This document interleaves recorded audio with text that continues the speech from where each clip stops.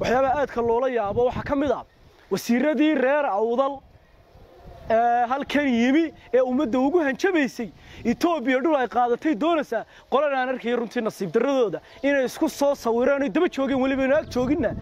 oo ay daba socdeen oo sawirka lagu soo dhidhiftay war ayaan daradiina qeyrkiin iscasiliye deys casila gobonimada ka qaybtay inaad waxna diido waxna doonto horeysiyo dambaysaba mar labaad waxaan mahad celinayaa saxaafadda madaxa badnaan gaar ahaan suxufi awliyo oo maanta igala jooga inta haddaan ku dhaafo shirkiga jiraayid maanta wuxuu daaray yahay waa hal arin oo saddex nooc uga hadli doono waa arinta heshiiska sharci darrada ah ee madaxweynaha dalka Muuse Biixi iyo ra'iisul wasaaraha Itoobiya dhawaana intii u dambeysay iyo maalmahan u dambeeyay ummadda ka qaylisay dhowr qodob baan u kala qaadi doonaa qodobkii koobaad waxa weeye in mudaharaadkii shalay Boorama ka dhacay ay shacabka reer Boorama xaq u lahaayeen aanan ka codsanayo inay isdejiyaan muddada golaha wakiiladu ay ka xil gudanayeen qodobka labaad waxa weeye madaxweynaha maanta dalku muddadiisii la doortay ama raawada ha doortaan ama reer saaxil ha doortaan ama reer Maroodijeex ha doortaan muddadii shacabka Soomaaliland ay doorteen way dhamaatay muddada ku darka loogu sameeyayna waxay ahayd xaqiiqadeedu inuu dalka doorasho ku simo indhahay maanta leedahayna waa indho uu doonayo runtii madaxweynuhu inuu dhabadii doorashada uu kaga jeediyo shacabkan shacabku wuxuu diyaar u yahay doorasho muddadeedii ku qabsoonta qodobkayga labaad ee shacabka u sheegayana waxa weeye dekada madaxweyne muddaxileedkiisu dhamaaday ma jaagoyn karo ama Itoobiya ama cid kale ha ahaatee waxaanu soo dhaweynaynaa maalgashi kasta oo dhabada sharciga loo soo maro laakiinse marnaba ummadda deegaanada gobolka Awdal marnaba aqbali maayaan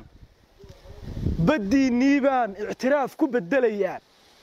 marnaba ummadani ma aqbalayso raalina kama aha yeelina mayso waxa kale oo inta ay raaca runtii dadku way caayayeen nimanka Itoobiya anigu waan u mahadnaqayaa gaar ahaan waxaan u mahadnaqayaa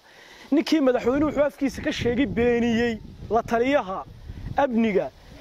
ee Abiy Ahmed aad iyo aad baa u mahadsantahay la taliyay waxaad ku mahadsan tahay waxa warqadaha lala dhuundhuumanayo ku qornaa inaad si waadax oo sareexa u sheegtay aad iyo aad baad ugu mahadsantahay qarankan iyo ummadan madaxweynahan iyo xukuumadan muddo 6 sanadooda oo imiga soo dhamaatay sanadkii 7aadna bilow yahay waxay la barteen hagardaamo diidmo xarig caburin iyo waxaan Soomaaliland hore looga baran waxaan runtii madaxweynaha u soo jeedinaya ugu dambeyntii barrigii la Sool gobolkii Sool ama degmadiisii Laascaanood gacantaada ay ku burbureen kuna tageen Soomaaliland ay kaga go'een adigaana eriyay iyagu ma soconin dadku waxbuu diidaa waxbuu doona gobonimada ka qayb tahay waxaan fariintaydan maanta kuugu soo jeedinayaa ummadda reer Awdal badooda iyo barrigooda inaan gacantaada Soomaaliland kaga bixin oo ina iyaguna noqon sida maanta soolgooni u taagan tahay hana gaarsiin halka baan ku leeyahay waxa kale runtii inta ay raacaan xildhibaanada aqlabiyadda mucaaradka ee dhawaan ku midoobay caasimadda Hargeysa aad iyo aad baan u hambalyeynaya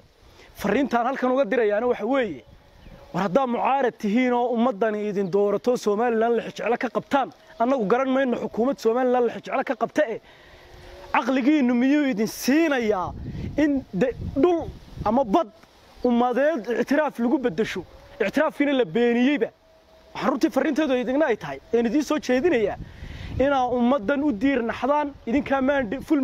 full mandate haysta idinka muddaxileed buuxa haysta idinka qarankan maanta wax doorasho rasmi ah ku yimid oo ku jooga jira madaxweynaha guurtida u biirsay guurtiduuna madaxweynuhu yahay dalka intiisa kale xil iska saara idinkaanu xil idinka saarey waana ku mahadsantihiin oo midowdaan danaha qaranka